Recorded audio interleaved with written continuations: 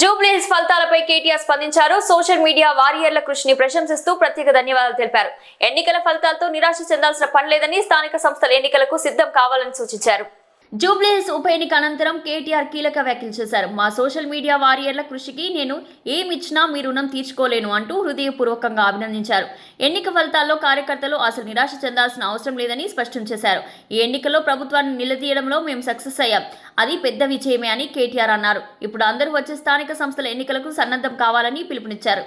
అలాగే సోషల్ మీడియాలో కేసీఆర్ పై అభిమానంతో ఎలాంటి ప్రయోజనాలు లేకుండా స్వచ్ఛందంగా పనిచేసే కార్యకర్తలకు ప్రత్యేక ధన్యవాదాలు తెలిపారు. ఇదిలా ఉండగా జాతీయ స్థాయిలో కాంగ్రెస్ పరిస్థితి ఇంకా దారుణంగా ఉందని వ్యాఖ్యానించారు. కార్యకర్తలు ధైర్యంగా ముందుకు సాగాలని, పార్టీ బలం ప్రజల్లో ఇంకా పటిష్టంగా ఉందని కేటీఆర్ సందేశం ఇచ్చారు. మరి మా కార్యకర్తలకు నేను చేసే విజ్ఞప్తి, సన్నద్ధం అవుదాం. అన్ని రకాలుగా ప్రజాక్షేత్రంలో మనం ఈ ప్రభుత్వాన్ని నిలదీయడంలో సఫలమైనాం. ముఖ్యంగా మా సోషల్ మీడియాలో పనిచేసే మా తమ్ముళ్ళు చెల్లెళ్ళకు కూడా నేను హృదయపూర్వకంగా అభినందనలు చెప్తా ఉన్నాను. సోషల్ మీడియాలో మీరు చేస్తున్న పని, మీకు ఎవరికి నేనేమి పార్టీ తరపున జీతం ఇవ్వడం లేదు, మీకు ఎవరికి నేను ఇచ్చేదేమీ లేదు. అయినప్పటికీ వాలంటరీగా పార్టీ మీద ఉన్న ప్రేమతో, నాయకుడు కేసీఆర్ గారి మీద ఉన్న అభిమానంతో మీరు చేస్తున్న కృషి, మీరు చేస్తున్న పని ఏదైతే ఉన్నదో మనస్ఫూర్తిగా నేను మీకు కూడా ధన్యవాదాలు తెలియజేస్తా ఉన్నా.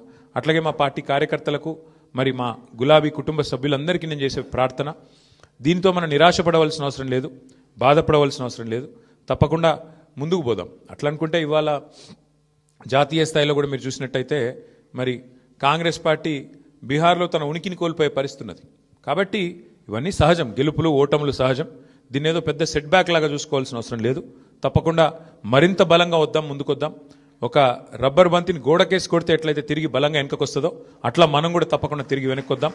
పెద్దలు కేసీఆర్ గారు తిరిగి రాష్ట్రానికి ముఖ్యమంత్రిగా మళ్ళీ బాధ్యతలు చేపట్టేదాకా ఎవరి శక్తి మేరకు వారు శక్తి వంచన లేకుండా కష్టపడదామని చెప్పి మా నాయకులు కార్యకర్తలకు మరొకసారి ధన్యవాదాలు తెలియజేస్తూ